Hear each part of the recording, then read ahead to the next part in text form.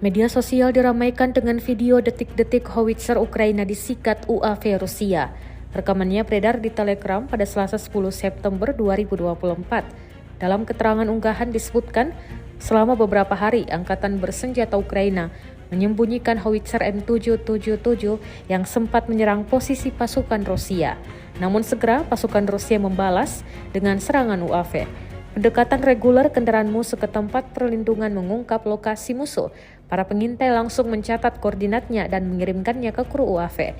Jelas narasi unggahan Rusia. Hasilnya, serangan akurat tampak sukses menghancurkan M777 Ukraina.